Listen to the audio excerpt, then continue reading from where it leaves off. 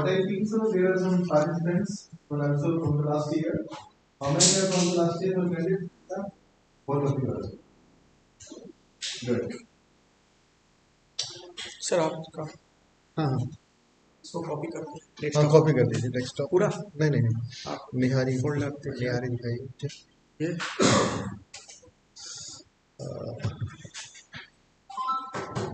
ये lecture one this one copy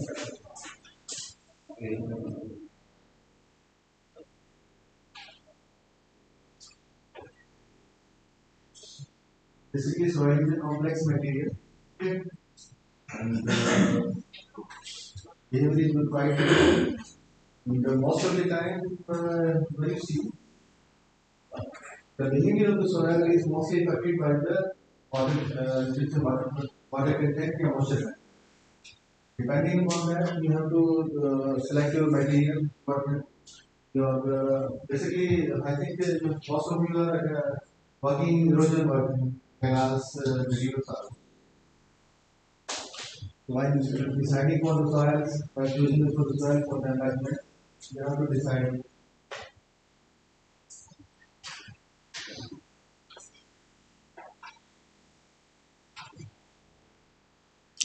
So basically, what is the soil?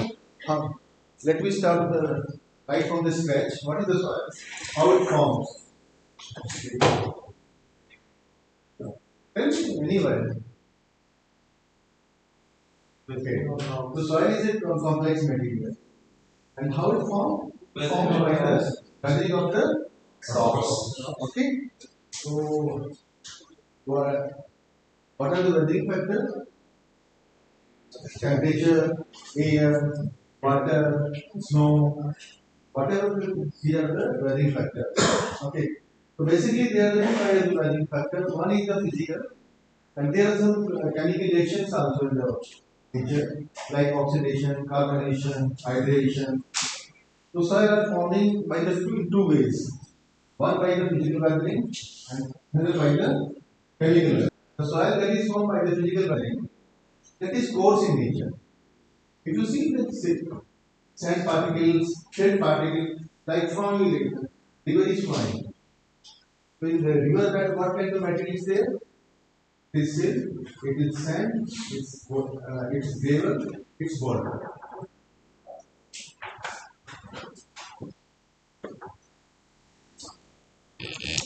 So these are the chemical factors. Okay. So this is a picture of the, you can say, weathering of the rocks. First picture is the red one is the air weathering. By this you can say this kind of soil is found in Rajasthan. This is why is this kind of soils. Other are the, you can say, water weathering. Some acidic rains are acidic rains. That is also responsible for the weathering. But when we talk about the clay, so the soil contains the three kinds of particles. One is clay, second is silt, third is sand, and beyond that, that is a gravel. By the physical weathering, what is found on the coarser particles? Silt, sand, boulders, non-causing particles. Particles which don't have any corrosive force, they are attraction force that are formed by the physical weathering. And when we talk about the clay are always formed by the chemical weathering. Because clay has the fine particles and they have the interparticle forces that is formed by the chemical reaction.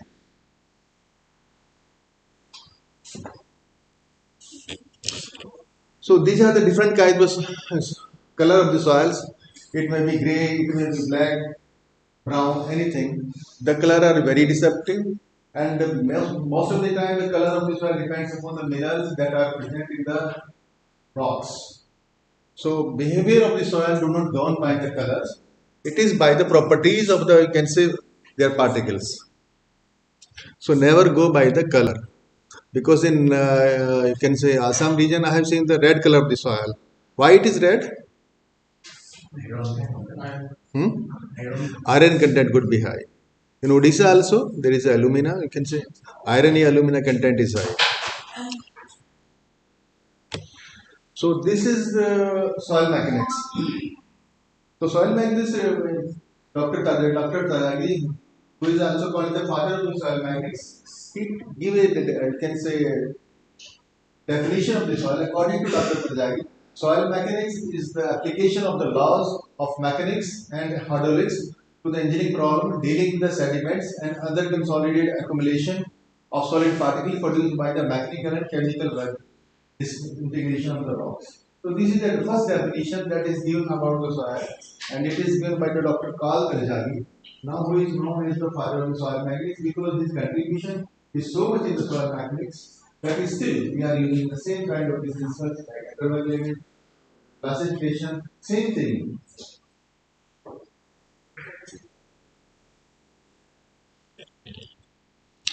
So these are the different kinds of soils. These are the colluvial soils, alluvial soils, marine soils, extreme soils, glacial cliffs, dune and oases. These are depending upon the you can say transporting factors. A soil may be classified in these categories. So this is the chart. According to this chart, the gravity soil. What is the gravity soil?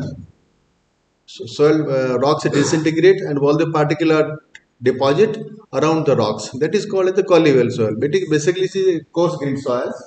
Glaciers. When the glacier moves, there is a rock is there. They got abraded. Okay. In that way, whatever the soil is forming, that is called as the glacial drifts. Water. It could be river, streams. According to that, it could be we can say alluvial soil, extreme soils, and when the river meets with the seas, so there is some delta is there. The velocity of the water is very slow. In that areas, the marine soils are formed.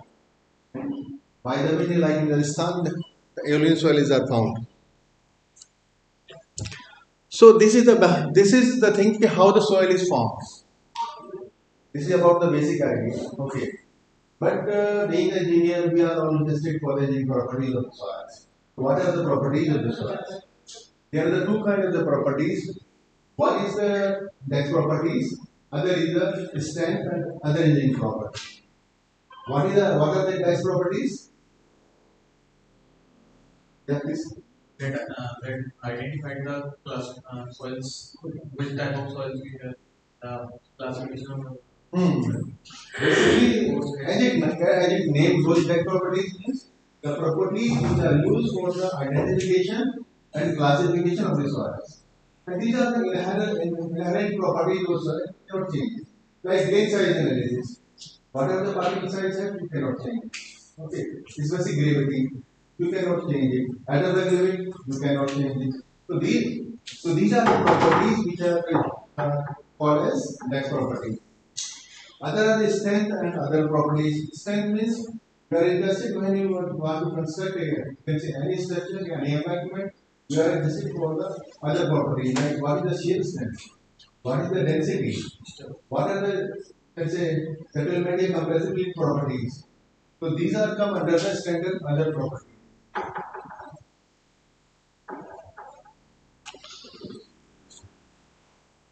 So these are the best properties: particle size distribution, specific gravity, atom percentages, institute density, dense index, and water content.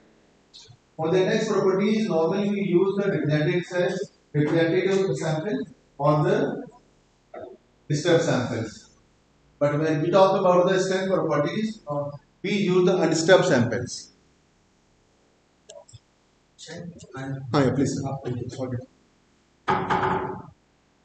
So I just name it that we use disturbed sample and undisturbed sample. What are that?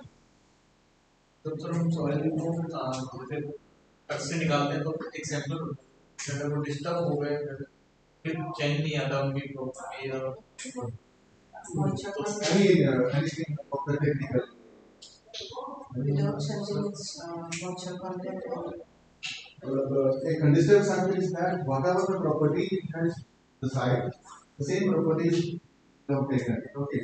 It means you have not changed the soil structure, that is the most important, that is the moisture content. So the behavior of the soil depends on both are in fact let us go as the undisturbed sample.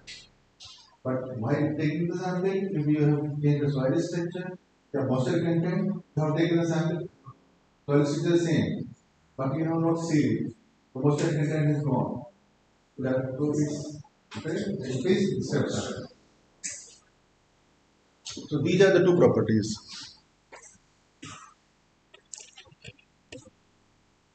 So this is the same thing, undisturbed samples and the regenerated soil samples. So what are the tests? Now today I'm talking about what are the laboratory tests you conduct on the soils and how you identify. Because the most important thing, suppose you have taken the sample and you want to consider the environment. Then you find some area is there, soil is available. So designer will ask what kind of the soil is there. What are the properties? Which is will design your environment. So first of all, these are the tests which are used for the, I can say, laboratory test for the identification and for the properties of the soil. So these are the tests on water content, grain size analysis, atomic specific gravity, Proctor compaction for the density test, one dimension consolidation, shear strength, mechanical analysis.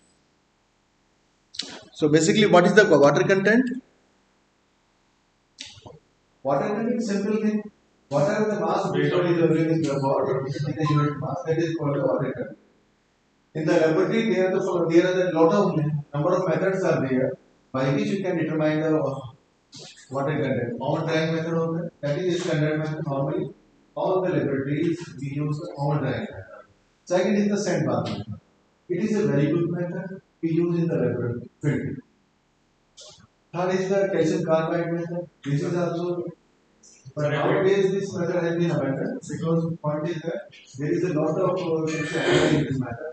So we do not allow this type of method. It's a rapid test. Econometer method, that is laboratory method. Last is the radiation nuclear method.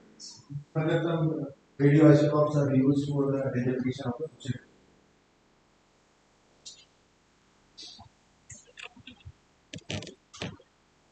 So, when you want to determine the moisture content.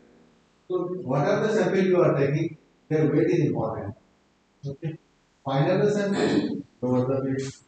But if the size of the sample is increasing, the weight is also increasing. Okay. Suppose soil is passing 4.75 mm. What is the weight required? 200 grams. But it is 40 mm and above. At least 1 kg should be required. More the weight, more the accuracy.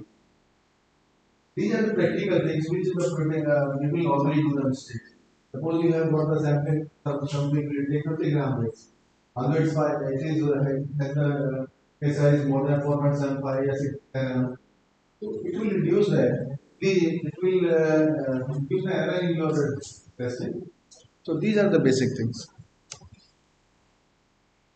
So on drying method में हम लोग कैसे निकालते हैं? How we dry it? Anyone who is working the laboratory, how we determine the moisture content?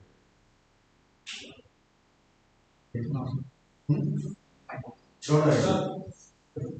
सबसे पहले soil का sample collect करते हैं, फिर उसको ऑन में रखते हैं, उसका मतलब 105 डिग्री या 110 डिग्री तक गर्म करते हैं, बाद में उसका वापस वेट कैलकुलेट करते हैं, उसमें उसके टोटल वेट का बात। That is cheap. Good. The point is that first of all, if it is a field sample, you collect the sample in a container. When you bring it to the laboratory, the moisture content should not be. There is one more thing. Take a balance at the side. Take the sample. Take the weight at the side. How you know the wet weight? Bring it to the laboratory and don't dry it at normal. The temperature should be 105 to 110 degrees centigrade, and you dry it for 24 hours. And how you can show that all the moisture is gone? Take the weight. After 1 hour, take the weight again. See, it's constant. Since your sample is completely dry. Now we can now you know the dry weight, you know the wet weight. We can determine how much the moisture was there. The ratio of the moisture to the dry weight is the moisture content. But there is one more thing. When soil contains the organic matter, organic matter are those matters. When you dry the sample, they evaporate. They oxidize. Okay. So in that case, you have to dry the sample at 60 days, 60 or 65 days. That you have to Well, ensure. So how will you see that it contains the organic matter? well, question arises, ना भाई मैंने काम कर लीजिए लेकिन organic matter है। अब आप कहेंगे सर कैसे पता लगे organic matter rich soil contains organic matter और नॉट? क्वेश्चन यही राइज होता है। Okay, these are basic practical things. Okay, first of all, if you determine the atomic liquid limit of a sample, determine without heating it without what is the liquid limit, again dry it at the oven, and again determine the liquid limit. The liquid limit is very more than 25%. It's organic soil. That is a practical thing. There are some chemical things also, but physical, this is a physical matter. Because what happens when you determine the liquid limit by drying, liquid limit reduces more than 25%. So that way we can say this is my organic soil. So what is the impact of the organic soil? The field. आप normal soil use कर रहे हैं, organic soil आपको field में मिल जाता है, आप उसको यूज करेंगे? क्यों नहीं यूज करेंगे? Compressibility ज्यादा हो जाती है। Basically what happens, I told you, organic, if there is organic matter, it oxidizes later. ये क्योंकि और उसके बाद की compressibility है, it may create some cavities in there. So that's why you don't want to build any structure with the embankment with the organic soil, because it will reduce some cavities. The soil will be porous, more compressible. So it is more compressible, then there is a chance that it will develop the cracks. That's why don't allow this kind of the soils. Water contained by the on drying method, we have I told you about that. Sand bath method. Sand bath, what is the sand bath method? It is a very crude method. What you do? Because in the field you don't have the oven and the other facilities. What you do? You take it and fill with the sand and heat up on any heating arrangement, whatever you have in the side, and put the soil in a container in the hot sand. When it's there, take the weight. That will determine it. But the point is that when you are doing it that way, there are the chances that you lose some soil from the container. Okay. Error results. So that's why this method is not allowed nowadays.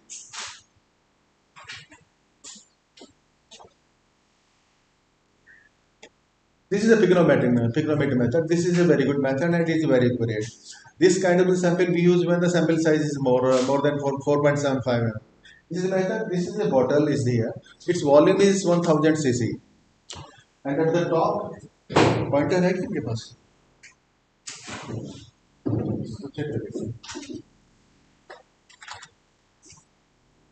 At the top, which is the cap is there.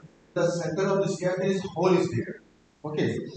So what we do when you have to fill the water, you take this bottle, take its weight.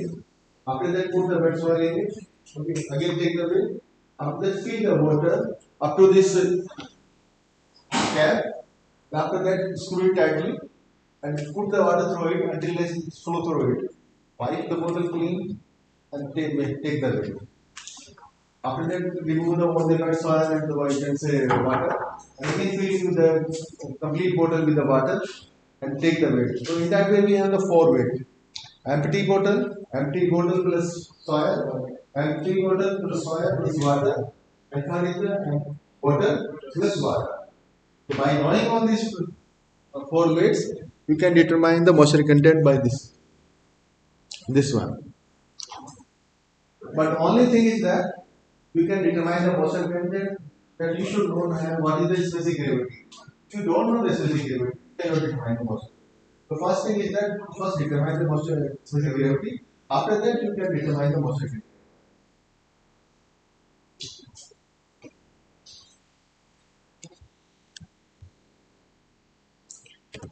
Okay, water content by the calcium carbide method. This is a very good method. This is very used in the field when you are considering any environment. This method, what you will do, there is a calcium moisture determination kit is there. Yeah, this is the kit is there. It has this kit has some pressure gauge on the top of it. So what do? You open it, take some moist sample of the soil, around 6 gram to 8 gram, put it into the container. After that, put some calcium carbide inside it and tie this cap over it. After that, you shake it very closely. And whatever you can say calcium carbide came in the moisture in the soil and it became the acetylene gases. We developed that some pressure is there, so that pressure is measured by this pressure gauge. Now you have the calibration chart. From that chart you determine, okay, this is my pressure and this is the corresponding moisture. So here what is important? Your calibration curve should be calibrated. Otherwise result will not be good.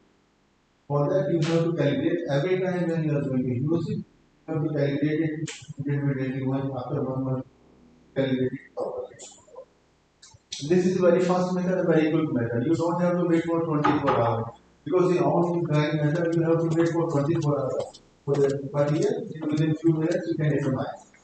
So in the field, you cannot stop the work. Suppose your roller is running, okay, and you are making the, so you take the sample, determine the water content, whether it's, can say, comparison, you confirm whether your arms is okay or not. So that one, it is a fast method. Sir, this says, sir, scale carbide amount is fixed or it should be. The point is the soil amount should be fixed. Okay. Soil amount, sir, suppose you 6 to 8 grams. Okay. And because calcium carbide content should be that much, okay, it should not be. It should be. It should not be deficient. Well, whatever we require to react with the whole moisture content should be like that. It should be 20 grams, 25 grams like that. And some steam powder also. You put it all there and shake it. What will happen? Because when you shake it, steam powder is also there. So they will pulverize all the soil. And the all soil particles will come in contact of the calcium carbide, and the reaction will have, the reaction will take place, and the still gas will be produced. That pressure, it will, and there is a mechanism there. When the still gas put the pressure on this pressure gauge, and it will be ready. According to that reading from the graph, you will determine this by there could be chances of that it may error could be 1% or 2%, but somehow you will determine the value. You don't have to wait for 24 hours. But the more accurate method is the on drying method. Where is the pointer? This one?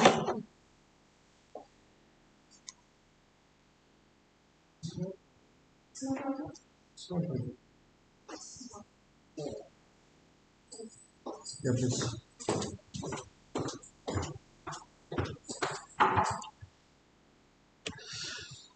So this is the first property, index property. Second is the specific gravity.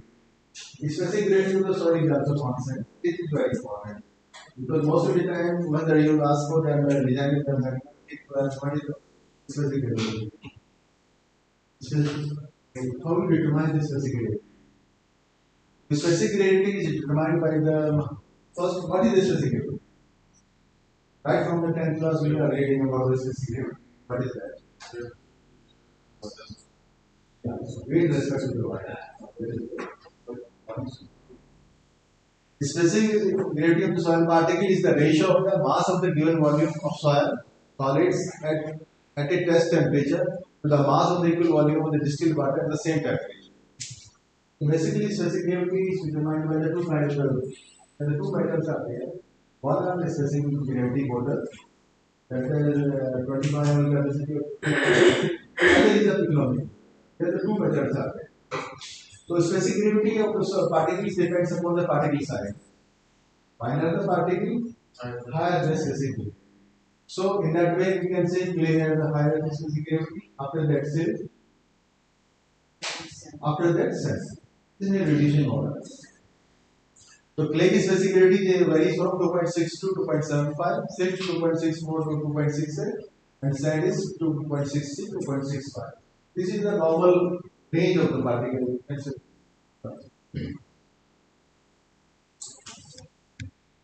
So these are the specific gravity bottle. This is a very simple method. Okay. What you will do? In case of the specific bottle, the sample size is important.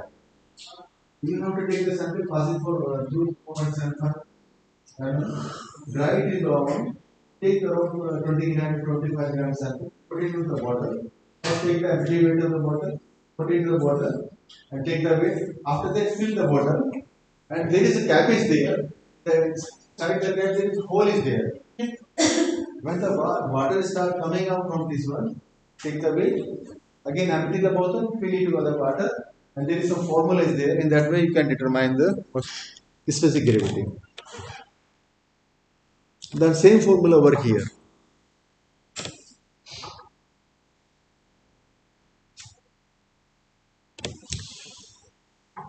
Grain size analysis. So this is the most important because when you want to classify the soil, there are two properties, there are two parameters are required for those. One is the grain size analysis, second is the header value. So grain size analysis is very important, and it should be done accurately because most of the properties, when we talk about the probability, consolidation, CS, and all depends on the grain size. So once if you tell me that this is my grain size, this is my header value, so this is the classification. Depending upon that, we can assess okay, this is my soil. It may have whether it's compressible or not. It may have according to my classification, it is coming to sandy soil, then I will say, oh, then high probability. But according to my classification, it's coming to the clay soil, low probability, extent low, probability is low. So this is the most important. Basic test, but it is very important, very crucial. So what is the grain size analysis? Basically, in grain size analysis, we determine what are the percentage of the different size of the particles of the soils. So we determine this type. According to S code, we can divide the soil into two categories. One are the fine grained soils, second are the coarse grained soils. What are the fine grained soils? This more than 50%. So basically, in soil, if we talk about the soil mechanics, so 75 micron is the same. Most of the time, it is the dividing factor between the force and the mass. It is very important. In case of the soil mechanics, when we talk about the soil mechanics, 75 micron is the boundary line in most of the cases. Because more than 50% soil is retained on 25 microns, then it is coarse grain, and more than 50% soil is passing through. It is the fine grain soil. Coarse grain soil have different properties, fine grain soil have the different properties. If we talk about the coarse grain soil, those are the known quasi soil. But if we talk about the fine grain soil, these are the quasi soil. So this is the major boundary.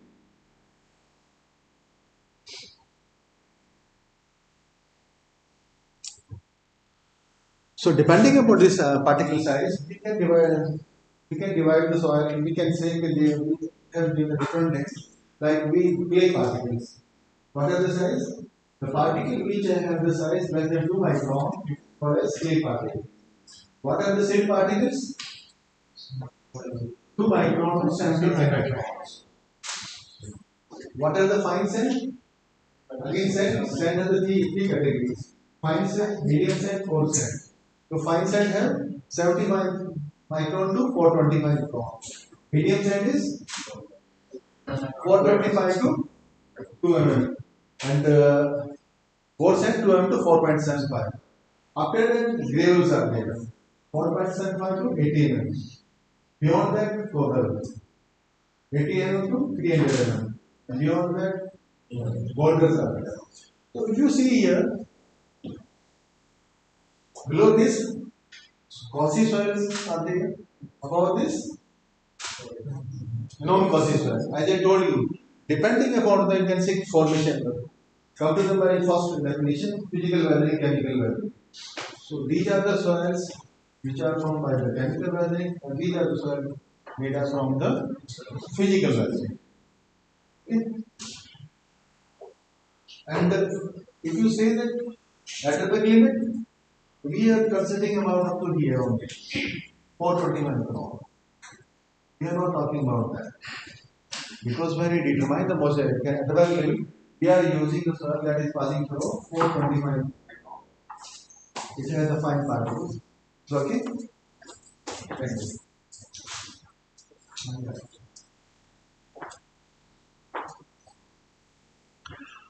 because I don't know about all of you, because when I was doing my degree, this is the most, you can say, what do you call it?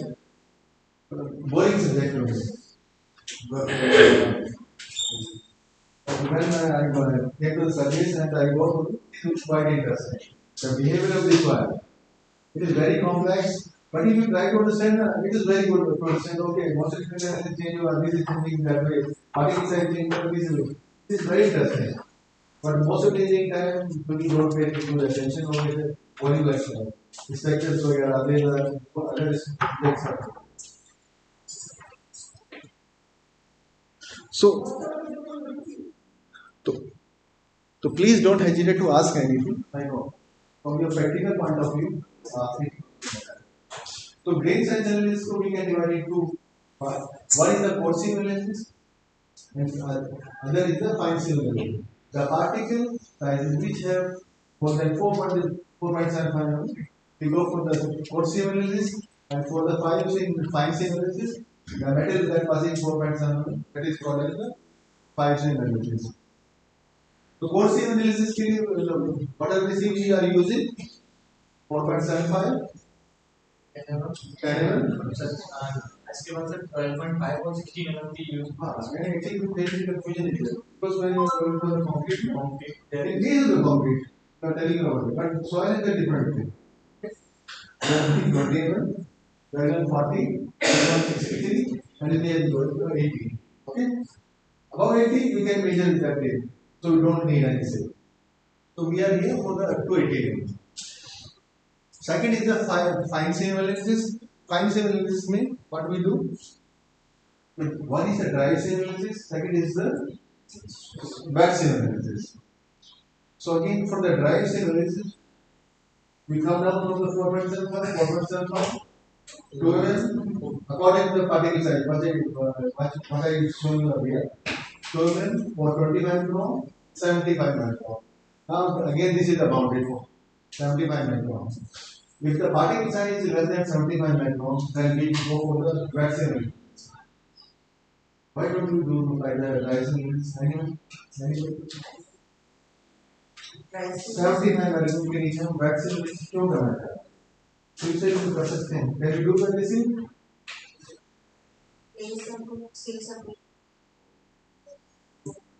Vaccine में पास हो जाता है कैसे और vaccine motion content नहीं होता because what is that?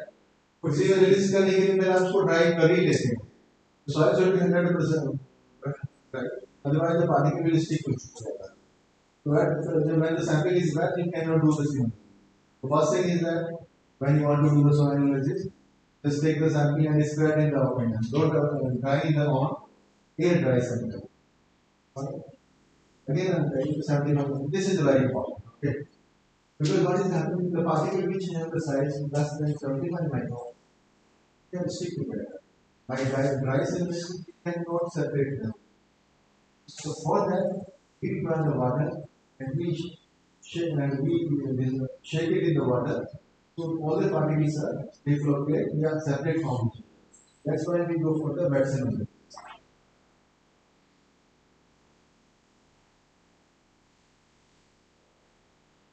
So this is the dry cell analysis. I think everybody has seen that. A number of cells are there which are arranged from the courses to the final. At the top we put the courser seal, at the bottom we have the final seal, and at the bottom most the fan is there. And the sampling is shaken for 20 to 25 minutes. Nowadays very good shakers are there. They have horizontal, vertical, and vibration. All three kind of movements are there. These are called as the magnetic shake. Nowadays these are earlier only you can say horizontal movements are there. Now vertical movements are also. So this is for the, you can say, coarse analysis. This is the fine analysis. Fine analysis. There are two parts. One is the dry analysis. Other is the wet analysis. For the dry analysis, 4.75 to 425 micron. This is 75 micron. You will do in that way. So wet analysis. But in CSMRS, we are doing the things in different way. I will tell you later how we are doing the fine simulation. Okay. So wet simulation is basically wet simulation work on the you can say principle of the stock law. According to the stock law, there is infinite liquid. The rate of the settlement of the particle depends upon its shape and size, mass, the weight. According to the stock law, the settling velocity is equal to d square. This is the dia of the particle, specific gravity, and these are the density of the water and the soil particles, and this is the viscosity. Matlab say, so this is the can say very seems to be a big formula, but when I talk but if I take the G 2.68, that 20 degrees centigrade, the formula reduced it to velocity is 1.007 d square. And it is directly proportional to the square of the particles. Bigger the particle, higher the velocity. So that's why when you are doing the vacuum analysis, the bigger particle they will settle first, fine particle will settle later. So on these principles we do the vacuum analysis and we determine the percentage of the particles that are present in that soil. Okay. From here you can see the particle which has a size more than 75 micron, they will settle in around 25 seconds. But the particle which have the size bigger than 2 micron, they will take 6 hours 26 minutes. That is the principle. Because particle will settle first, after that you take the silk fraction, after that you take the taper. In that way we do it.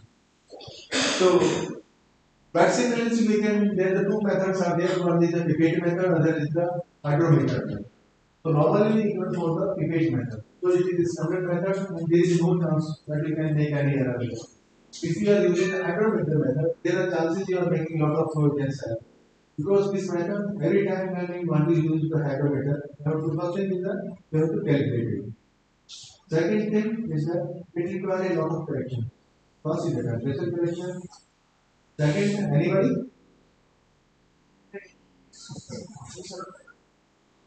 Dispersing agent correction, meniscus correction. So we require all these corrections. So towards all these corrections, we require for the pipette analysis. So these are the pictures. This is hydrometer. This is the typical graduate hydrometer, and these are the pipettes, which have a capacity of 25. IS code recommends that the capacity of the pipette should be 25.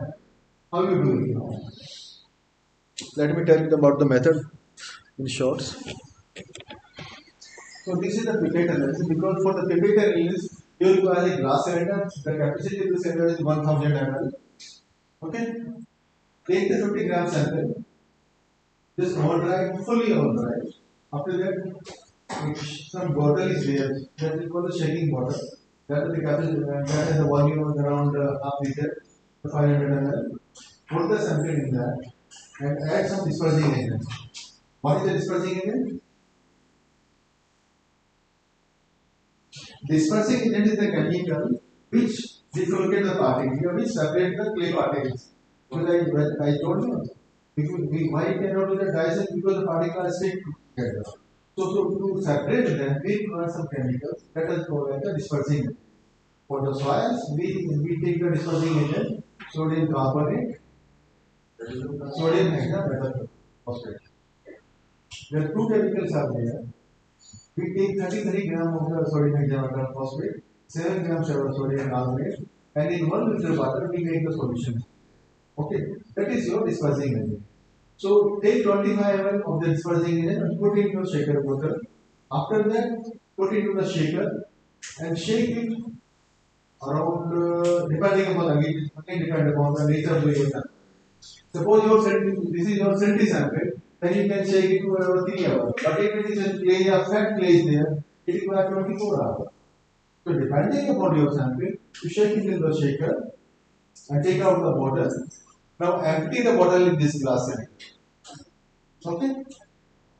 And fill it up to the top of it so that the volume of the water this mixture is 1 liter. Okay? After filling it, take the pipette, measure the temperature. What is the temperature of the water? Because as I told you in the earlier slide, that you can say that, how much can say the rate of the settlement will also depend on the temperature. At the temperature, it will settle first. Lower the temperature, settle down, depending on the temperature. Now determine the temperature, and depending upon the temperature, there is a temperature chart is there. Yeah, this is the temperature chart. So this is the temperature is there. Suppose temperature 25 centigrade. From this temperature, you determine the silt particle. This is coming 0.07 to 0.08. Determine what is the time required 25. It will give 21.4 to 15.5 in middle.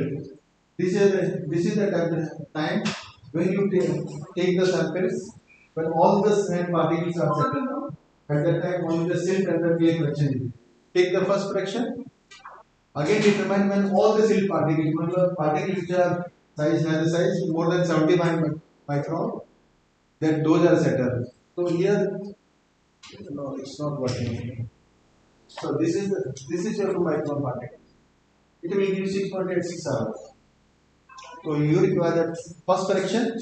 You have taken the first correction, dry it into the outside soil, take the weight. Take the second correction, dry it. With the first correction, the soil contains all the particles equal to clay, but in the second correction, it will contain only the clay particles. So in that way, you can determine the clay particles, silt particles, fine side and the coarse side by the dry side analysis, and the particles which have the size more than 400 micron, that is by the coarse side analysis. So we have to from the can say you have the particle size from micron to 80 micron. Once you got the measurement on the percentage of the particles, you draw a curve. That is called the grain size curve. The curve is drawn between the percentage of the particle and the size of the particles. So this is the grain size table. After my calculation, what I found is that my sample contains 18% clay. This is my silt fraction. This is my, you can say, fine sand, medium sand. This is all. These are the result of three samples. If I plot them on the graph, so this is my graph. This is called as a grain size analysis. So here, the particle size is taken on the x-axis, that is a log axis, and the percentage of the particle is taken on the y-axis. Why we have taken the log axis? Because the particle size is changing 2 micron to 80 micron. So that is big gap is there. By that you cannot plot it on the normal curve. So from this curve, this is called as the grain size analysis. So I have shown you 3 curves here. Okay. By looking at the nature of the curve, you can see a lot of things. Okay. If anybody can tell me, these are the 3 curves there. Which one is the fine? Which curve belongs to the fine soil? Which curve belongs to the coarse soil? Only by looking at the curve, you can say, okay, sir, this is my fine soil, my coarse soil. First one is fine grain soil. So this is the fine soil, this is the coarse soil, and this is the medium soil. Why I'm saying, if you look at here, this is 2 micron. Body soil contains around 5%, but it contains more than 20% fine particles. Okay, if you take it here, around it is 100%, yeah, 90%. 90% particles are more less than 100. Here you can say 90% particles less than 12. So this is my final soil. This is coarse soil. So more finer soil, that will move towards the left side, and if it is the coarser soil, it will go towards the right side. So only by looking at the grain size curve, you can tell. Okay, this is finer soil, this is coarser, and these are the medium soils.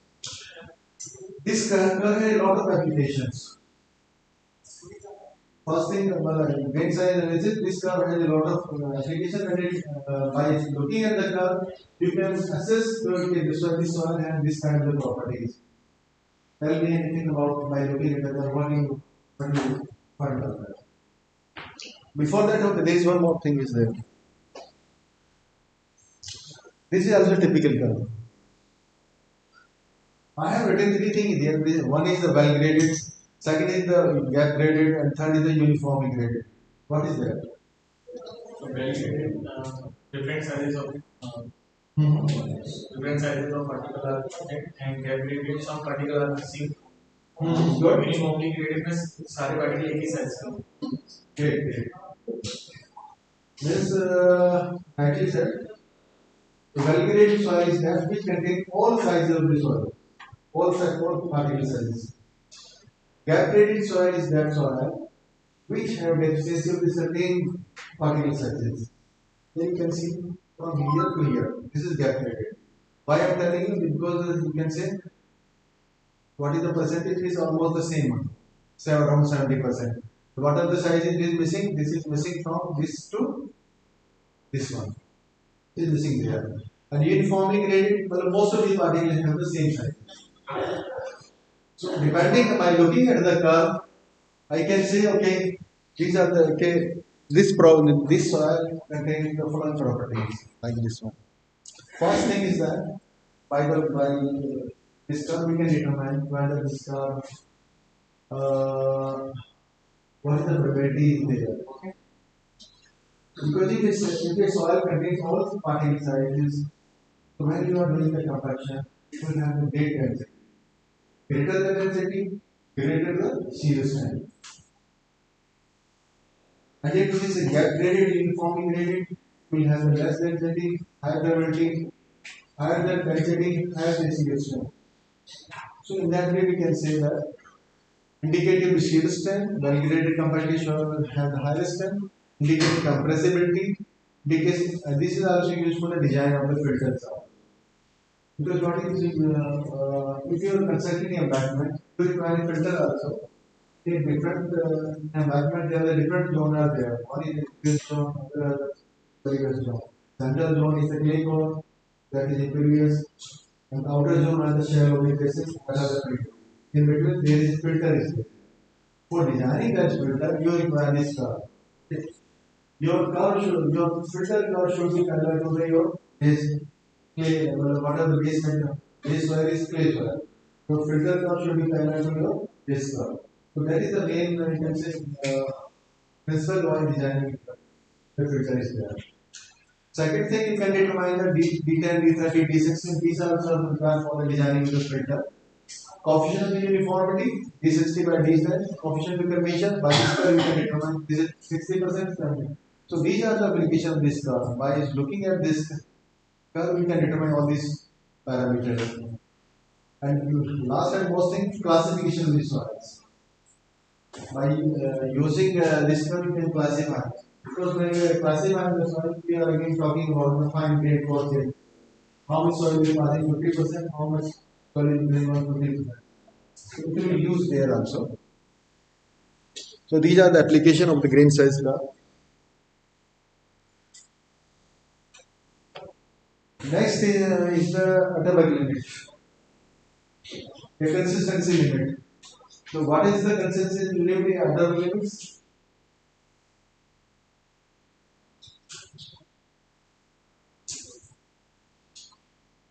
Yeah, What are the link to the one state to another state?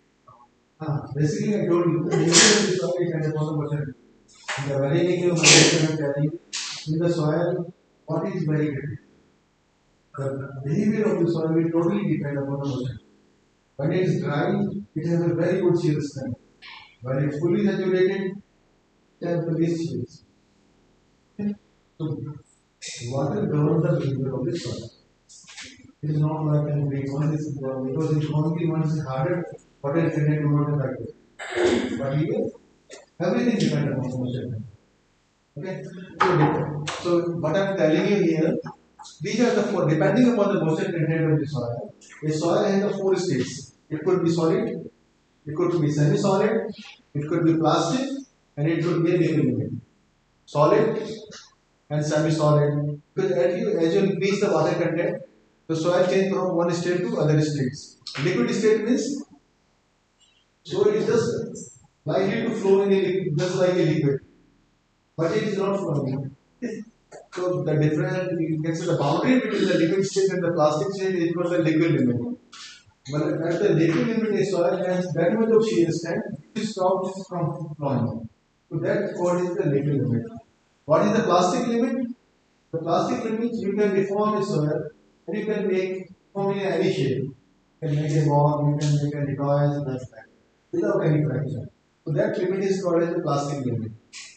Your plastic limit has a very good application in all your work.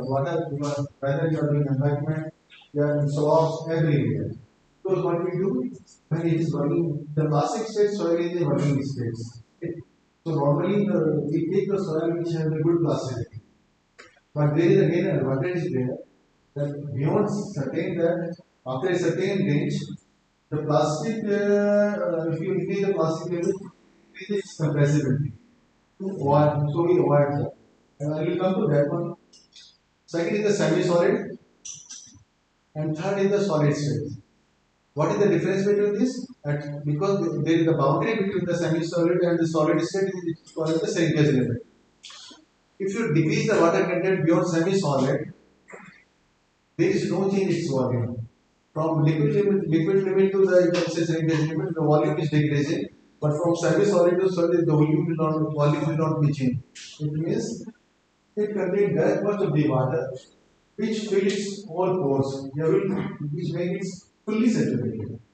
Beyond that, what is happening? If you reduce the water content, the pores air will enter into the pores, but the volume will not increase. So these are the four three limits. Those are called the Atterberg limits. So these are the graphs how the volume changes. Semi-solid, solid, semi-solid, plastic, liquid limit. Once if you increase the water content, first it will become semi-solid, plastic, liquid limit. But here you can see here, beyond that shrinkage limit, if you are reducing the water content, the volume is not changing. And the difference between the liquid limit and the plastic limit is called as the plasticity index. So when you are working, you take this, you can say moisture content should be between this range. But look at one thing, the plasticity index in any case should not be more than 25. And it should not be less than 12. So if you want to working with soil, the plasticity index should be always greater than 12. But if in no case, it should not be more than 25. Otherwise, the soil will be very compressive.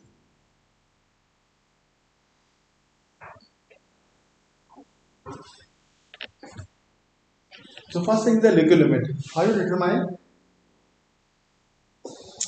Liquid limit in the laboratory we determine by the Casagrande apparatus. So there are the two kinds of the soils. One has the you can say coarse soils and non-coarse soil. Other is the coarse soils. For the coarse soil we use the Casagrande apparatus, and for the non-coarse soil we use static bone penetration. So basically this is the you can say simple apparatus is there and one cup is there, and when you rotate the handle it falls from a height of the 1 centimeter. So you make the soils, and there are two tools here. There one is this Casagrande tool, other is the ASTM tool. For the quasi soil we use the Casagrande tool. For the non-quasi we use the ASTM tool. Why? I will tell you later.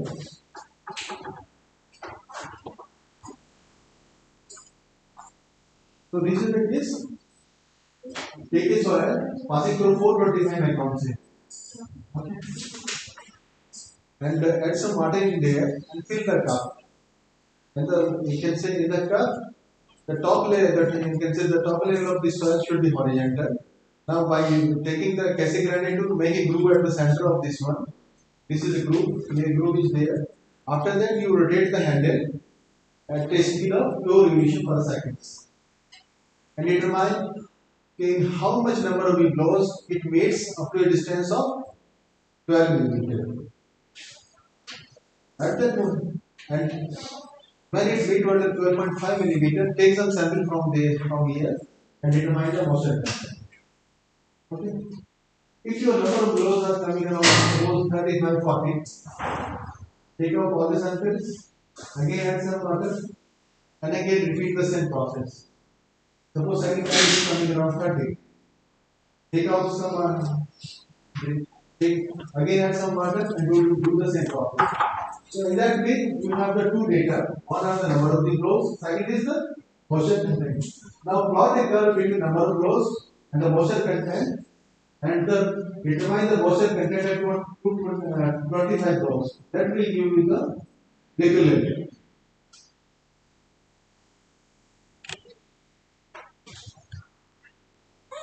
So this is the curve. This is called as the flow line. So here, this is my first case. This is my the first thing. And the first moisture content is coming is number of flows 40 पे ये है. So from this curve, this is my you can say 25 flows. The moisture liquid limit is coming 45%. So in that way you can determine the moisture liquid limit of solids. अच्छा पानी मिलाने से liquid limit कम होगा ज्यादा होगा? Basic question. पानी पर मिला रहे हो लिक्विड बढ़ेगा घटेगा? बढ़ेगा. हाँ बढ़ेगा.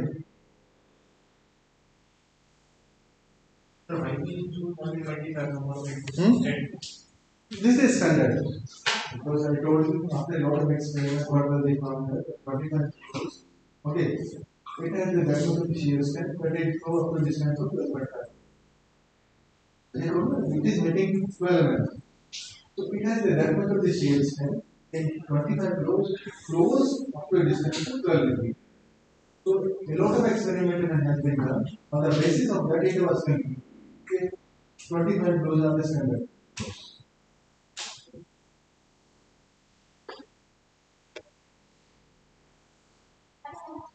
Again, non-basic soil, sandy and sandy soil. For sandy and sandy soil, we determine the moisture content by the static by the compactation method. This is the apparatus. Okay, there is a cup is there, and there is you can say cone is there, and the weight of the cone with the plunger is 80 grams. And we take the reading. There is a pointer is there, and we measure the you can say what is the you can say penetration. The penetration of the cone is measured here. So what will you do here to determine the moisture content? Again, take the sample passing for 20 micron, add some water, okay, add some water and fill the cup. After that, put the you can say knob of the you can say pointer on the soil and leave it and determine what is the penetration in 5 seconds. Suppose if I calculate give you the penetration around 10 mm. Add some water. Again do the same process, divide the moisture content. So in that way, the moisture content at which it gives the 20 mm penetration, that is called as the liquid. But in a single attempt you cannot determine. That's why you have to make the 2 and 3 attempts, and in that way you have to plot the same curve as in the you can say Casagrande method. From that you determine at 25 penetration what is the moisture content. What is the plastic limit? Again, plastic limit, the soil has the plastic limit. At plastic limit, soil has the moisture content that you can perform it without any fracture. To determine the plastic limit, take the sample passing through 420 micron and mix it thoroughly. And in case of the, let me tell you one thing is that when you are determining the liquid limit other value for the mossy soil, so do start your test just after mixing the water. Add some water and leave it for 4 to 6 hours because mossy soil has very less conversion. Take a time in replicate or it will absorb the water. In case of the silty soil, you can start it instantly, but in case of the soil, mossy soil, otherwise the result will not be good.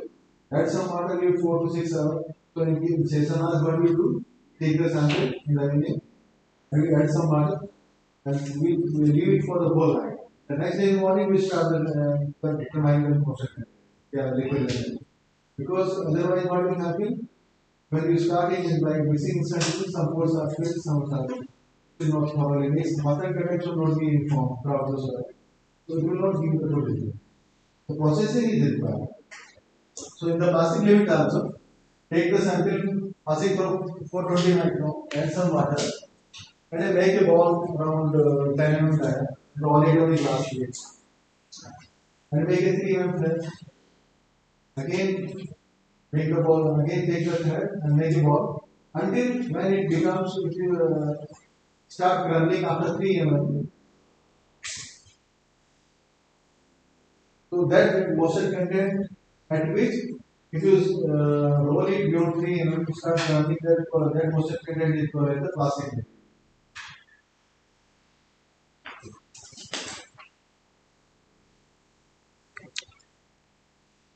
So these are the rollings. Third is the shrinkage limit.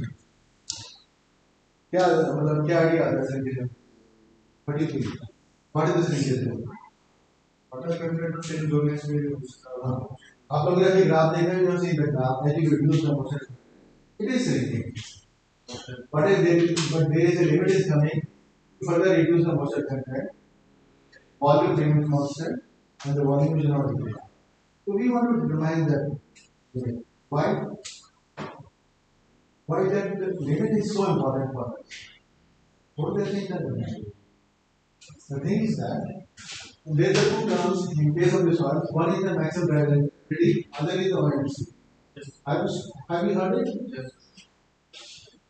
So when you are doing when you are making your environment in any soil structure, so what do? You add the water in the soil equal to the moisture content, and you make your environment what of the structure you want. If your shrinkage OMC is more than shrinkage limit, so what will happen? When you let it dry, the moisture content will reduce, but again soil is compressed, volume will reduce, and there are the cracks will be noticed. So we have to choose that soil which have the OMC less than the shrinkage limit. So on drying, there is no cracks. You got my point?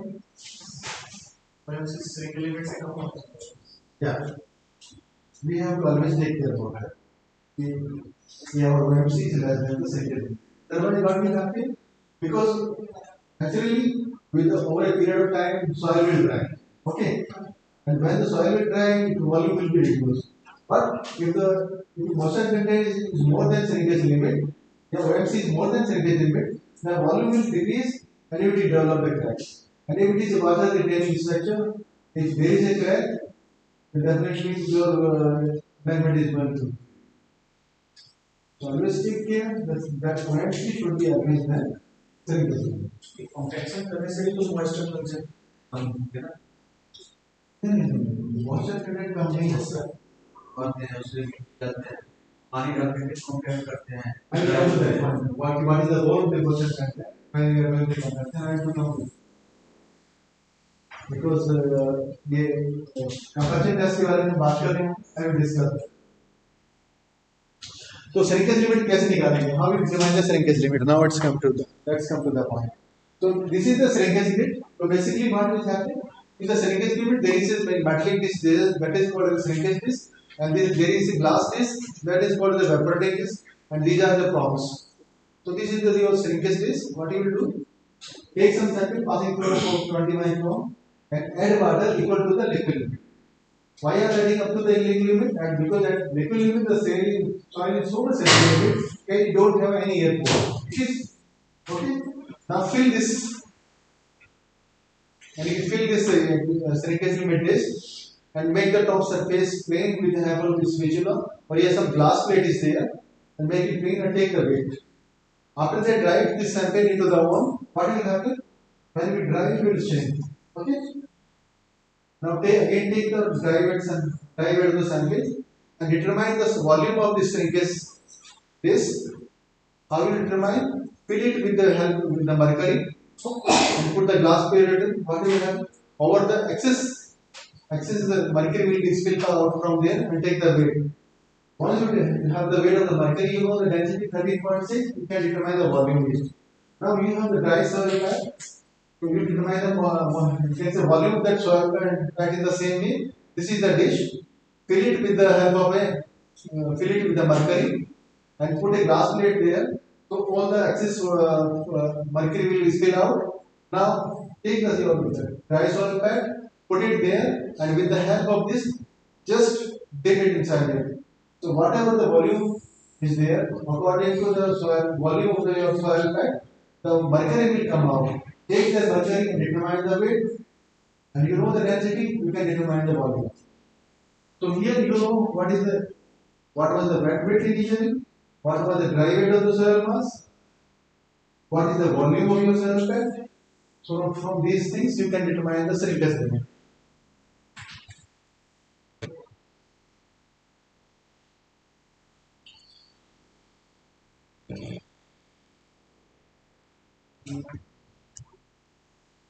Formula was there. This is the formula. Wet weight, normal, V1 initial volume, dry mass, volume after time. So these are the four things are can determine that way. So marketing. Because you cannot use the other liquid. You cannot use the water. Soil will absorb the water. Okay. And mercury of the standard weight, okay, it will not evaporate easily. Because other you can use some other chemicals also, which soil will not soak, but they will evaporate it. So mercury, so normally we use the mercury. So there is one more term called activity. This is called activities of clays. What is the activity means? The activity means the plastic. This is the ratio of the plastic index to the weight of the clay particles. So this is also important because whether you want to determine the clay you are using, it's active. Active means volume change. Because normally the soil contains all the clays, there are the three kinds of minerals are there. One is the philonite, second is the lime, third is the monochloride. If your clay contains the monochloride, then it is active phase. It means its volume change will be quite high, abrupt. But in case of the philonite, the volume change should be less. So it is very important because there are the two methods. Because how you determine whether it contains the monochloride or not. Whether you go for the X-ray diffraction test, by that you can say, okay, my soil contains the monochloride. This is the physical method. In the field, in the laboratory, you can assess, okay, this contains the monochloride. So this is very dangerous for the environment. I should not use that one. I should avoid that one. So for the intention, if the activity is less than 0.75, it is inactive. 7.5, 1.4, active. It is okay up to you. But if it is more than 1.4, you should not allow it. Otherwise, it will create the problem. So what will happen? You construct your environment with a motion, it will swell it. Okay. When it swells, it do small seriousness. So slow going to be.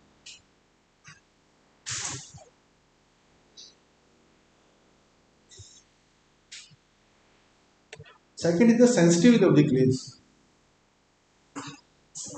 So sensitivity of the clays may be defined as the ratio of the UCS, we have confined comprehensive strength in undisturbed state to the disturbed state. Suppose we have taken the undisturbed sample to determine its UCS, confined comprehensive strength. After that, you disturb it and again reward it at the same moisture content and at the same density.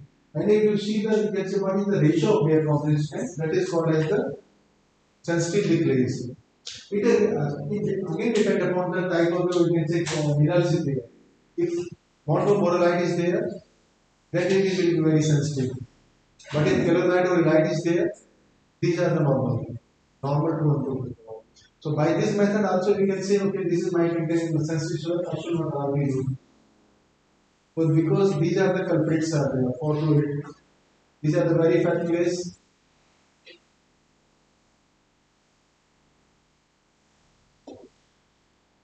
Basically, these are the tests you have to rule out. Okay, this is unsuitable for this is unsuitable for. Suppose somebody is high, because what we are, case of the environment, what we are looking for the clay soil. But we are not looking those soil which are harmful to my environment. So how do you rule out? In the laboratory test, by the bedside analysis, you have to okay, this is the clay. You are going to state. Again, we have to check it. That is good for my environment or not. That it contains some certain detrimental properties which are harmful to my environment in the later on stage. We have to rule out those properties. So when we are doing, we also do these are the same tests are there. And you can see this is hard. We should not allow you that. Yeah. तो normally sir हम test तो नहीं करते sir, तो किसी project पे sir हमें मतलब पहले ये डिटरमिन करना होता है कि कौन सा टेस्ट करना है, और उसके बाद में जो नॉर्मली टेस्ट सर आप CSMRS करते हैं सर, उस टेस्ट को सर हम इंटरप्रिटेशन सर कैसे करें, तो उसका एप्लीकेशन क्या होता है सर? मैं आपको because I know all of you are not going for it, but I is really here.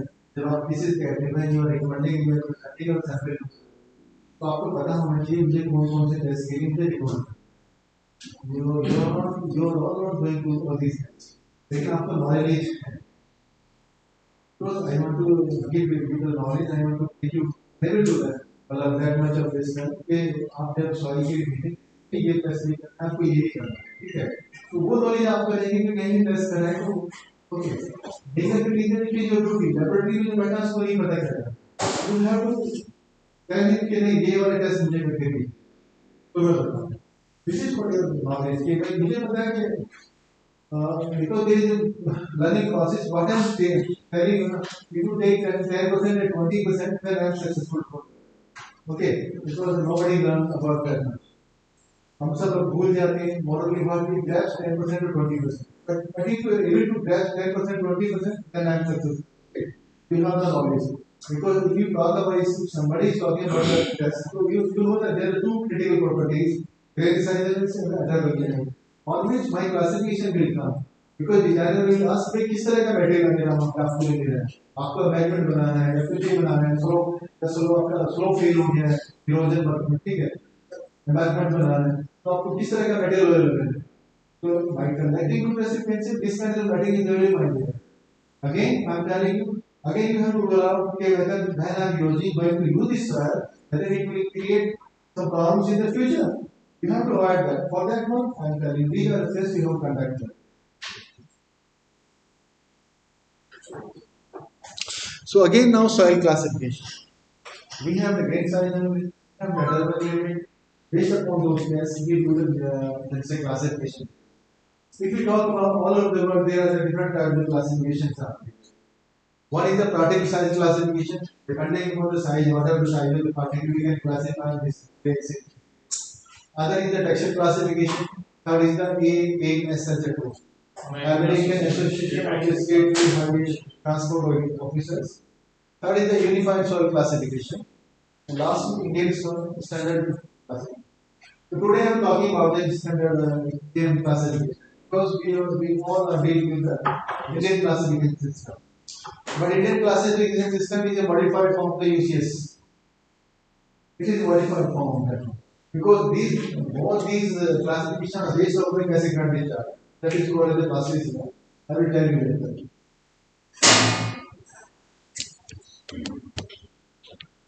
This is the particle size. I already discussed in the earlier slide. Depending upon your particle size, you can say clay, gravel, sand, and so on.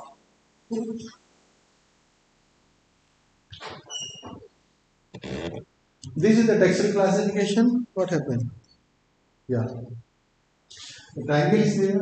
Depending upon the percentage of the sand, clay, silt, you can say this clay, sandy clay, loomy sand, and so on. This is the unified soil classification system. This category we divide the broadly we divide the soil into two categories. One is the coarse grained soil, other is fine grained soil. Here the 75% boundary is there. If you go to the soil, everywhere there is a boundary 75 micron. That will differentiate. So above 75 micron, there are the two types of the soil: sand and the gravel.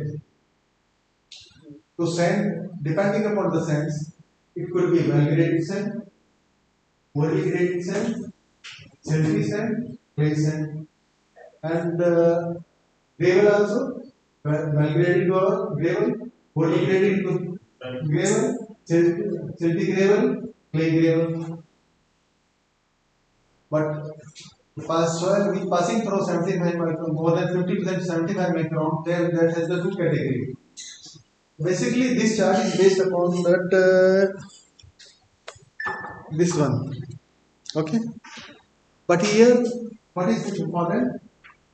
Here they have taken beyond that, liquid limit is a criteria 50. If your clay has a liquid limit more than 50%, then it is a highly clay.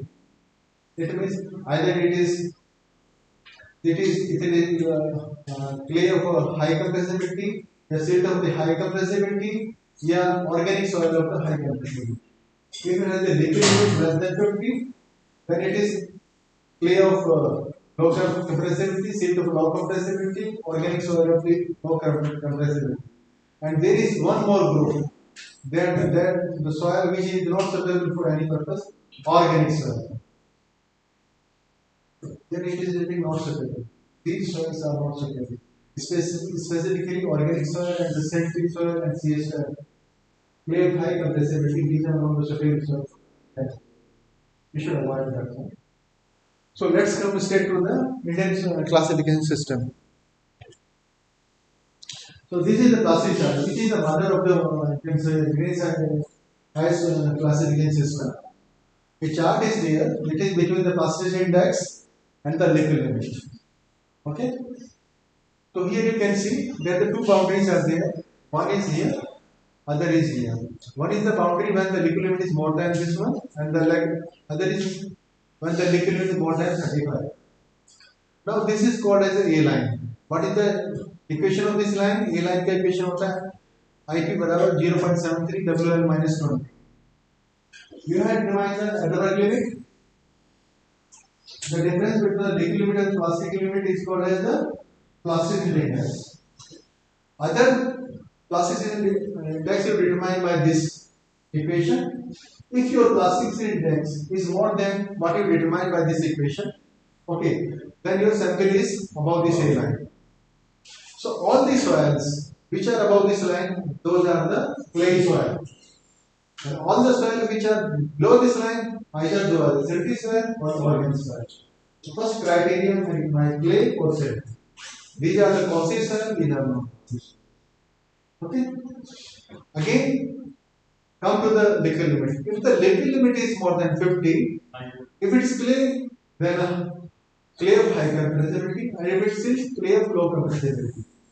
But in India, we have used one other concept is that medium compressibility. So if the liquid limit is more than 35 but less than 50, the clay of CI, clay of medium compressibility, a silt of medium compressibility. And if the liquid limit is less than 35, clay of low compressibility and silt of low compressibility. But again, see here, if your plasticity index is between 4 to 7, then it will have a 12 classification. CLML. It is just on the boundary. ये आप हो सकता है test में आप उसको ML कहें, दूसरे टेस्ट में सीएल कहें, बाउंड्री पे ऐसी सॉइल का जो होता है workable these are not the workable soil. So because that's why we are saying when we are choosing a soil, the plastic impact should be more than 12. We take the plastic impact, but we don't take beyond this one. Okay, but because if you come here. So normally we allow CL or CL type soil, we just avoid that CS kind of soil. So based upon this chart, we divide the soil into 18 categories. 8 group of the coarse grained soils and 10 group of the fine grained soils. What are those groups?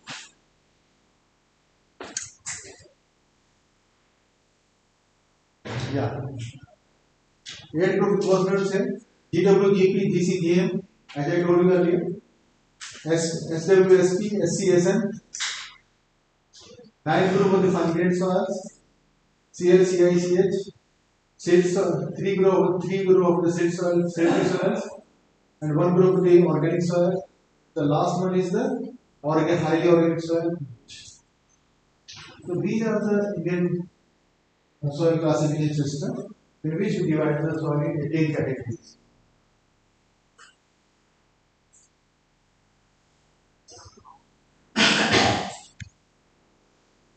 Now, based upon the classification, you determine whether my soil is suitable for my work or not.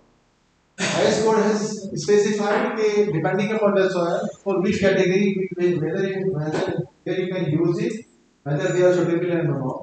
Depending upon that, they have given the 5 categories: very suitable, suitable, very suitable, poor, not suitable. But if you ask to me, there is a big difference between suitable to suitable, very suitable to suitable, and suitable to very suitable. So normally, because all your working in the field, the material that are lying between very suitable and suitable, you should use those kind of material. In the rare case, when you don't find any kind of material, you can go to very suitable. Beyond that, you should not allow to use that. If you are making a homogeneous embankment, the most suitable soil is GC. GC soil means gravel with clay. Why? Because gravel is there, it will be the high density. Okay, high density means higher strength. Clay is also there, low permeability. So this is the most suitable soil for a homogeneous embankment. But when you take a joint embankment, where the clay, central clay core is there, there is also it is very good because it will provide the stability to the floor. If that kind of soil is not available, the second category will come by clay of low compressibility or clay of medium compressibility. But if these are not soil, then we are thinking about SMCH, GMCH. But I will not say that recommended you should use it because SM type kind of the soil silty sand. These are erodible soils. CH highly compressible. With the change of the volume, there is the change in the moisture content, there is a change in high change in volume. And later on, they will create some cracks in the CH kind of the soils should not be used. Nowadays, have you heard of the follow-up project? Yes. I think in India, I think this is the biggest project which is under construction now. So we are working for that now. So this problem was there. CS kind of soil is there. Basically, you can say they have already constructed the skill there, and now they want to construct the main dam. So the John Dam is behind. They have the very good rock is there. The cancer shell material is there. They are looking for the core material. So the core material CL and C type soil is available. I think from the last 1.5 years they are looking for this kind of soils, but they are unable to do because one of the soil is available there, that is the CH kind of soil. Okay, and we are not allowed to do because designer is saying because it will create a lot of problems, so we cannot allow it. So material selection is very important because if you use this kind of material, what will happen? With the moisture content, the soil will swell. Okay. If we use the stem, there is chances of the collapse. Secondly, we should develop a very good, very high power pressure. So normally this kind of things happens. If this is not material, then I think GM is a much more good material. Yeah, SC kind of the material, clay sand. You can use that kind of material. Instead of SM, SC is the more, let's say, compatible.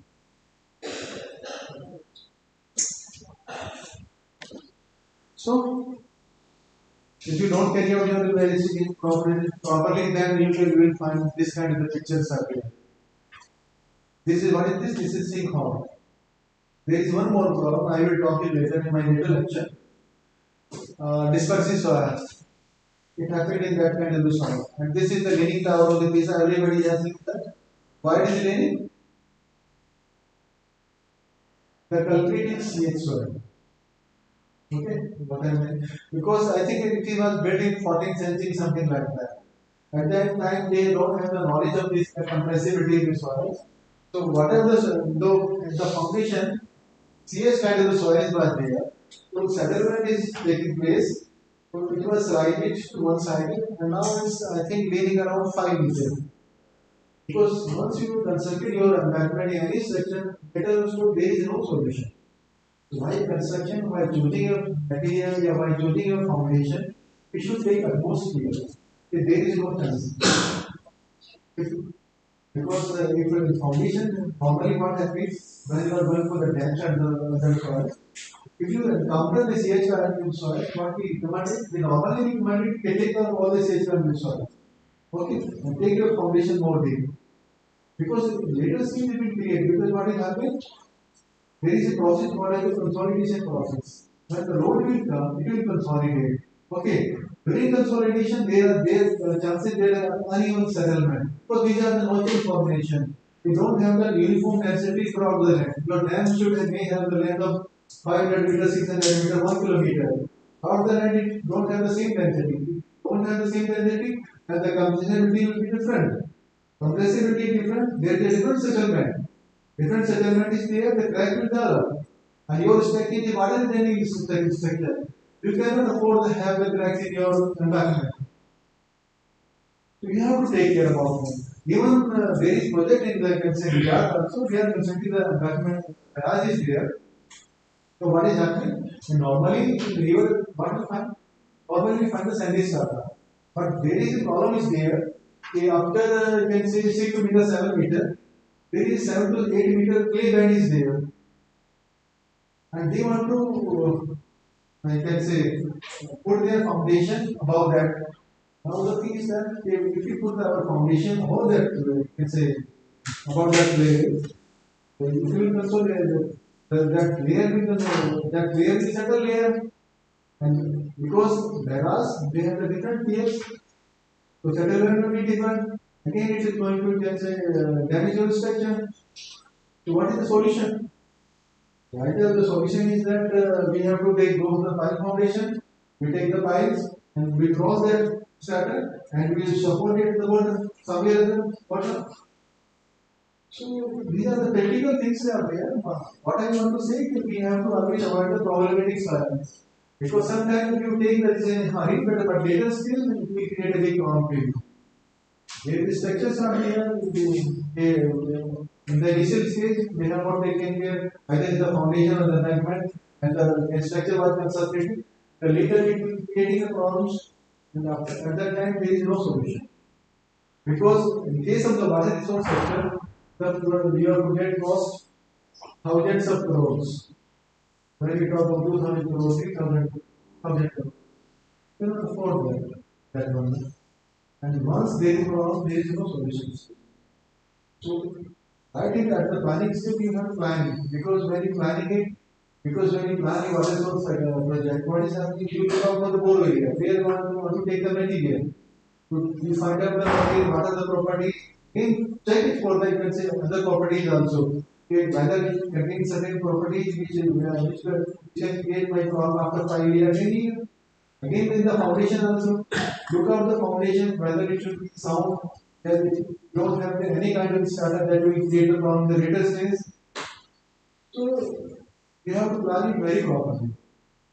When I Palawan projects, the foundation because the foundation there is no road is here. Road is around 70 meter to 80 meter. So what is happening? We want to consider dam here. Suppose you are going 10 meters below the river bed. When you consider dam, what will happen? All the water will pass through the foundation. And might be some parties are migrated to a good structure, you are going to the sector going to pass away. So there we are making background wall that is going up to 100 meters down. Background wall itself is costing 1,000 crores. So the solutions are very costly, but you have to take them. Now that was something that was happened with that because actually I think that they have constructed some walls, but due to the construction management planning, the wall is damaged and there is no other solution that wall cannot be repaired. They are again taking another wall. 2,000 crores has gone now 4,000 crores has come. And who will be going to take the blame? There are some officers who have to face that. Always be careful. Very simple thing, but the thing is that you should do it very sincerely. And because all things are excelling to do that, because you are not going to do that, all these kind of the things, but you have to check it. नहीं मेरा ये battery है ठीक है नहीं मेरा foundation है ठीक है नहीं है इस तरह का जो प्रॉब्लम है you have to when there is meeting you have to tell your higher officers there are chances. तो आप डिजाइनर से पूछोगे, कंसल्टेंट से बात करोगे, तो सोल्यूशन निकल के आता है। ऐसा नहीं कि चीज बिगड़ रही है, बाद में पता नहीं लगा आपको। ठीक है any question? Any question? Because most of you are working in the field, you have any case any problems? Any question regarding about my presentation?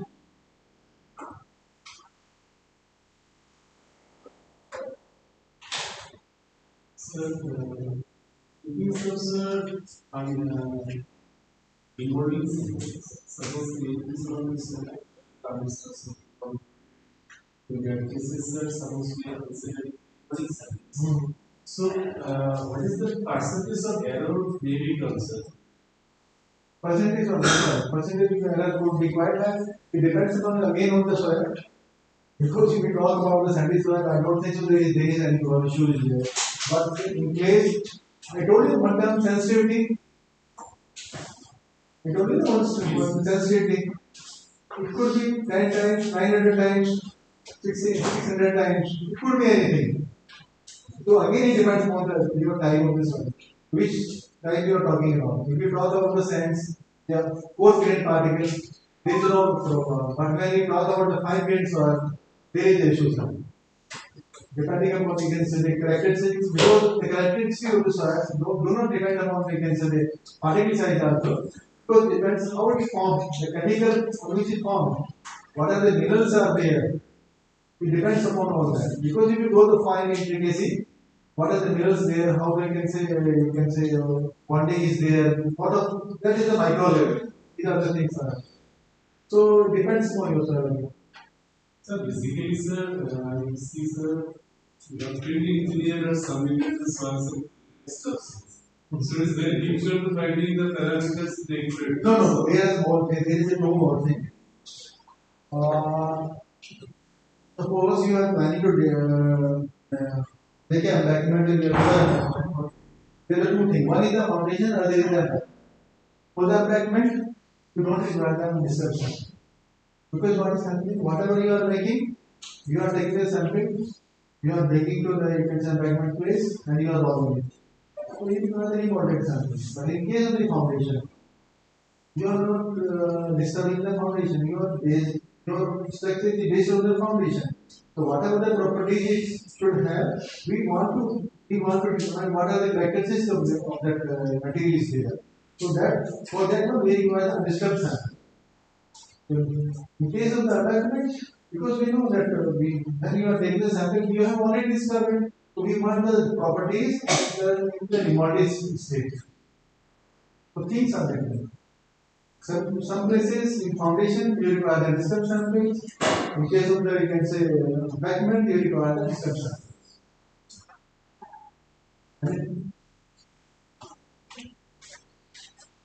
I think it's over now. Because there is no more question. The means music lecture. ये सभी जो लोग बता रहे थे कि सभी YouTube पे आ रहे हैं तो ये जो यूट्यूब सर छोटा सा कर वाटर कंटेंट के लिए हम आपने कहा था कि ऑर्गेनिक सॉइल जो मेंटेन करते हैं वो विदाउट टेस्टिंग हम ऑर्गेनिक सॉइल कौन सा है विदाउट टेस्टिंग नहीं बता वही मैंने कहा ऑर्गेनिक सॉइल का एक टेस्ट होता है हमारे यहाँ कोई वेट मॉइस्चर कंटेंट निकाला तो वेट डिटेक्शन करोगे दूसरे केमिकल टेस्ट होता है जो कि टाइम कंज्यूमिंग होता है फिजिकल टेस्ट तो फास्ट आप कर सकते हैं ना there is a one more test like मैंने कहा जैसे आपका ये क्ले सॉइल की होता है आपका केमिकल टेस्ट देखते हैं क्या स्मेल से भी पता करते हैं ये चीज करते हैं और स्मेल आती है ठीक है थोड़ी हो जाती है कई बार वो नहीं इतनी मतलब इंडिकेटिव होती है तो उसमें यार over chemical you will take time fast आप करने हैं तो आपने फटाफट से रेगुलर निकाला लेकिन अंडरस्टैंड ठीक है जैसे क्लीन आप एक्सरे डिफरेंशियल टेस्ट करा रहे हैं उससे क्लियर हो जाएगा लेकिन अदर टेस्ट आल्सो फिर कैसे डिटरमाइन दैट कि हमारे एक्सरे एक्चुअली है you can determine the sensitivity, you can determine the activity, on that basis you can say okay this is activity. तो ये सारे इलाज में फेल करते हैं वो डिपेंड करता है। जैसे ऑर्गेनिक मैटर में क्या होता है ना, बहुत सारे लॉट ऑफ ऑर्गेनिक मैटर्स है, वेजिटेशन भी हो सकते हैं, वेजिटेशन की जगह दूसरी चीजें भी बहुत सारी हो सकती हैं, ठीक है। तो sometime it is not necessary कि आपको जैसे वेजिटेशन जब चढ़ता है तो स्मेल आएगा, कई बार वेजिटेशन नहीं हो सकता, दूसरा चीज हो सकती है। ये सॉइल कहीं और जगह का यूज करते हैं, जैसे हर जगह मतलब 2 किलोमीटर दूर में, वो ऐसे ही होता है उसका क्लाइमेटिक कंडीशन चेंज हो जाएगा। नहीं, सपोज फिलअप के लिए कहीं कहीं वो बिल्डिंग बनाते हैं, फिलअप के लिए वो यूज करते हैं ना, उसको वहाँ नहीं, ऐसे नहीं टेस्टिंग होता। हमने वहाँ का किया, बट यूज हो रहा है दूसरी जगह। अगर सपोज वो वाटर लॉक एरिया है, यूज का कैरेक्टर चेंज हो नहीं, जाएगा। वो आपका यूज वो मैंने अपने मैं बोर एरिया में जो बात कर रहा हूँ, बोर एरिया होता है जहाँ से आप मिट्टी ले रहे हैं, आप कह रहे हैं 2 किलोमीटर, कुछ भी 12 किलोमीटर, कुछ भी 30 किलोमीटर, तो वो ड्राई एरिया है, बट हमने जहाँ फिलअप किया वो वाटर लॉक एरिया है, तो कोई कैरेक्टर चेंज है। यूज है बिकॉज जब आप टेस्ट कर रहे हो ना sir, my second lecture I will come to that. तो मॉइस्चर कंटेंट यहाँ पे फिलअप करने से चेंज हो नहीं जाएगा। मैं आपको वही माय सेकंड लेक्चर मैंने कम टू दैट। हम जब इंजीनियरिंग प्रॉपर्टी डिफाइन करते हैं, मैंने कहा था प्रिमिलिटी कंसोलिडेशन। पर्मिलिटी मींस होती है कि इसमें से इसकी जो पानी होता है वो मेरे पास हो सकता है, तो आप पहले निकाल लेते हैं, आप उसको कहीं भी यूज करिएगा, व्हाट मेक द डिफरेंस। तो सर में D50 particle size distribution D50 हाँ D50 मतलब 50% में for preparation of DPR based on D50 हाँ D50 तो D50 का क्या मतलब, D50 उसी साइज से होता है जिससे उसका 50% पार्टिकल पास हो जाएगा, तो उसमें फिजिकली आप वो क्या करोगे उसके नहीं ढूंढ सकते हैं, तो उसके लिए बेस्ट ऑप्शन क्या होता है, ग्रीन साइज पर प्लॉट कर लीजिएगा, उसको 50% देखिए कहाँ पास हो रहा है, उसी साइज आपका सिर्फ उसमें मैंने बताया फिल्टर आप डिजाइन कर रहे हैं, तो यू रिक्वायर D10 D60 ठीक है, D15 D50 D85 D90 all इस तरह के सब परसेंटेज है, तो आपको ऐसे तो पता होगा नहीं कि आप सिम लेके ऐसे कर रहे हैं, तो ढूंढ ही नहीं पाएंगे आप, ग्रीन साइज प्लॉट करोगे उससे आपका सिम साइज पता लग जाएगा, this is my D90 size, this is my D50, this is my D10। D10 को D को फैक्ट्री साइज भी कहते हैं, sorry D10 is factory size of the particle. Sir हां जैसे सर जैसे टेस्ट के बाद में जो रिपोर्ट आता है सर, तो हम लोगों को तो रिपोर्ट पढ़ना नहीं आता सर, अगर वो रिपोर्ट पढ़ ले तो उसको वो रिपोर्ट के बाद में उसका जो रिजल्ट आया सर, उसका फील्ड पे प्रैक्टिकल इम्प्लीकेशन क्या होता है सर उसके बाद में, तो थोड़ा हल्का सा बता देंगे तो अच्छा रहेगा। नहीं मुझे किस रेफरेंस में बात, पहले रेफरेंस बताइए जैसे मान लीजिए सर एक एम्बैंकमेंट बनाना है एम्बैंकमेंट बनाना है, और वहाँ पे आपने टेस्ट करके भेजिए सर, ट्राई एक्सरसाइज वगैरह कुछ टेस्ट करके भेजिए सर, तो उसका जो भी रिजल्ट आया sir positive negative not moderate, तो उसको फील्ड पे वो रिजल्ट का इम्प्लीकेशन क्या होता है सर, वो हमें समझ में नहीं आता सर। अच्छा एक मिनट,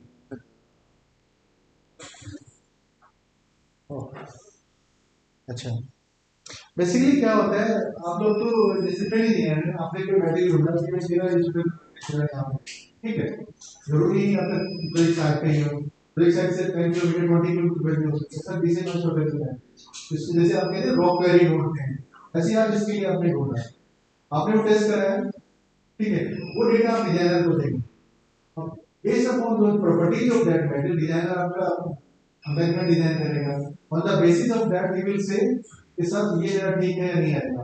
होता क्या है बेसिकली, अभी हम डिस्टर्ब सैंपलिंग की हम बात कर रहे थे, तो यू नो दैट छोटी सी गलती आपके प्रोजेक्ट को करोड़ों में कई टाइम्स बढ़ा दी, आपने कहा सर मुझे फाउंडेशन करना है, मेरा अमेंडमेंट करना है ठीक है, आपने वो सैंपल ले लिया, डिस्टर्ब सॉल्व सैंपल लेने की बात हमने कही ठीक है, तो आपने सैंपल से नहीं लिया, suppose you have collected the samples, okay, and you have not taken properly, you are somehow disturbed, you have sent to the laboratory, वो टेस्ट किया, उन्होंने पैरामीटर्स निकाले, उसका स्ट्रक्चर बदल गया है, what are the things that designer ने कहा नहीं साहब ये मेरा ना अभी तो वीक प्रॉब्लम मटेरियल है, ओके मैं इसको बनाता हूँ, वीक मटेरियल बनाने के लिए जो एक्स्ट्रा डिजाइन इंटरवेंशन देगा, उसके लिए पता लगा कि रिजल्ट का कॉस्ट 2 टाइम्स हो गया, जबकि वो मटेरियल तो आपका सही था और आपने सैंपल सही से लिया होता, तो your work is very important, it will change the cost, overall costing of your project।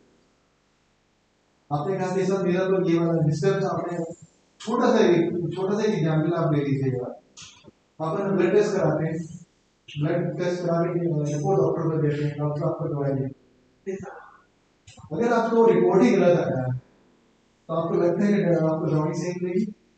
नहीं मिलेगी। Same thing is here, whatever the parameter you are supplying to the designer, on based upon those parameter designer will design your project. तो site पे जाके देखने नहीं जाएगा, वो आप लोगों ने देखा है, वो आप लोगों की मतलब प्रूडेंसी है कि कितनी सावधानी से आप लोग सैंपल ले रहे हैं, ठीक है। तो छोटी सी चीज होती है ना, जैसे अब मैं later will talk to that, हम कहते हैं सैंपल आपको पोरगेटर से लेना है, ट्यूब से लेना है, और उसकी जो थिकनेस होती है सैंपलर की वो बहुत मायने रखती है। मोर थिक मोर डिस्टर्ब, और लोगों की समझ में नहीं आता है, कहते नहीं यार ये तो थिक, ये थिकनेस से ज्यादा नहीं हो, उसको कहते पता नहीं यार आप परेशान करें, जब मिलता नहीं हमने इनको कह दिया है कि सर हमने आसपास का सारा एरिया ढूंढ लिया है, आप तो गुवाहाटी तक चलेंगे, कलकत्ता तक चलेंगे साहब, हमको इस तरह का नहीं मिल रहा है, हमें तो यही ट्यूब मिल रहा है, इसी में सैंपल है, आप ले लीजिएगा, लेकिन you are disturbing your sample, ठीक है। और उससे जो रिजल्ट आएगा वो आप ही के प्रोजेक्ट की कॉस्ट बढ़ा रहा होगा, तो ठीक मतलब कॉन्सिक्वेंस नहीं। अब जैसे एक प्रोजेक्ट की बात है, हमने कहा कि सर आप सैंपल ले लीजिएगा, तो उन्होंने कहा 3 mm थिकनेस थी, तो हमने कहा नहीं इसको नहीं लाना, बोले सर हमने मतलब वी हैव डिलेड 6 मंथ, लेकिन वो सैंपल अरेंज नहीं कर पाए, सर यही मिल रहा है। मैंने कहा नहीं फिर आप क्या करें, हम बिल्कुल we are helpless. That is the question. Basically, sir, that is the key engineers are not convinced us. So suppose we are asking for the same as the undisturbed sample, but they are always supplied the disturbed samples. So it's not possible to find out the proper results of this one. That's the thing. But point is that when somebody is pointing out, then people are not some you can say understanding the gravity of that matter. When he saying you should use the proper tube with the proper thickness, with the proper dimension, you have to use that kind of material. But in spite of our instructions, our guidance, you are not doing then the honest on you. The honest you do. The person who is collecting the sample is the honest you. So the purpose of the training is that we should know that what are the implication of all those things. Only minute mistake can change all your project. I will discuss you how the project is changing from one project, concrete to rock to the soil. Only certain things changes that. Anything else? I think so. So we will discuss for the lunch. After lunch, we are again meeting and we are discussing about other engine properties. At that time, I will discuss it. That you should open up yourself. Ask question. You have any hesitation? It will be monologue. So, but it should be dialogue, not monologue. आप लोग भी अपनी problem बताइए, discuss with me, I will share my experience, to share your experience, what are the problems in the sites, because I think most of the people are working on the anti-erosion part of the rivers and like spurs, norms like that. Because last time I had visited the Franca Neva, I have seen that they are using a lot of it, but some issues are there. Showering maintenance and issues are there. So how to deal with that? How we are dealing with that? Just share with me. Okay, thank you.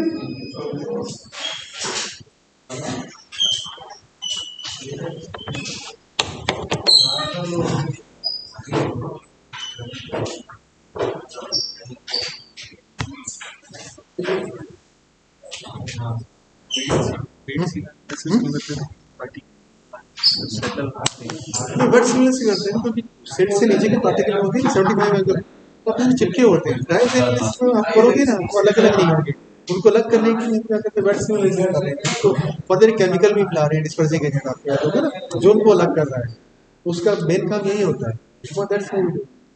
और ये भी होता है कि particle behaviour भी मतलब जैसे जरा हाँ जी प्रेजेंटेशन दे दीजिए। नहीं वो दे देंगे, एक मिनट देंगे, हम हेड आउट दे देंगे, ठीक, थैंक यू।